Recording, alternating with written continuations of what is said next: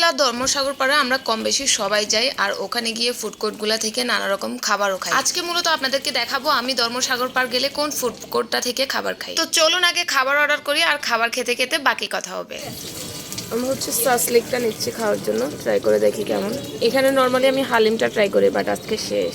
রাত 8টার পর গেলে হালিমটা পাওয়া যায় না, কারণ মামার ফুড কোর্টে প্রচুর পরিমাণ কাস্টমার থাকে। তো আমি গিয়ে আজকে সাসলিকটাই নিচ্ছি। সাসলিকটার ডেকোরেশন দেখে আমার খুব লোভ হচ্ছে খাওয়ার জন্য। আচ্ছা, এই সাসলিকটার সাথে হচ্ছে মামা আমাদেরকে লুচিও দিয়েছে। এখন লুচি দিয়ে খেয়ে দেখি অ্যাকচুয়ালি কেমন হয় এটা।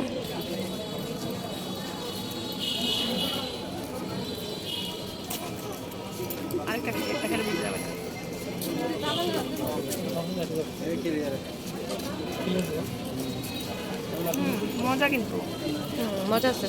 মামার খাবারটা খেয়ে আমাদের কাছে যেটা ফিল হয় হচ্ছে সেটা হচ্ছে মামার খাবারগুলো সবসময় ফ্রেশ লাগে আর ওভারঅল দেখতে একদম পারফেক্ট।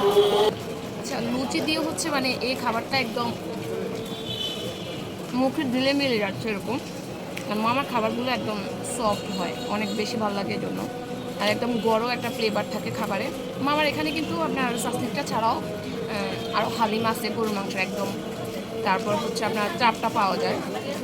আর এই প্রাইসগুলো কিন্তু একদমই রিজনেবল। যেমন এই সাসলিকটার প্রাইস হচ্ছে আপনার 50 টাকা, হালিম 50 টাকা করে, তারপর চাপ আছে ওইটা মেবি 120 টাকা করে। তো এরকম রিজনেবল প্রাইসের মধ্যে এই খাবারগুলো কিন্তু আপনারা সাগরপাড়ে এসে একদম সাগরপাড়ের সাথেই খাইতে পারেন। আসলে যথেষ্ট ভালো লাগবে।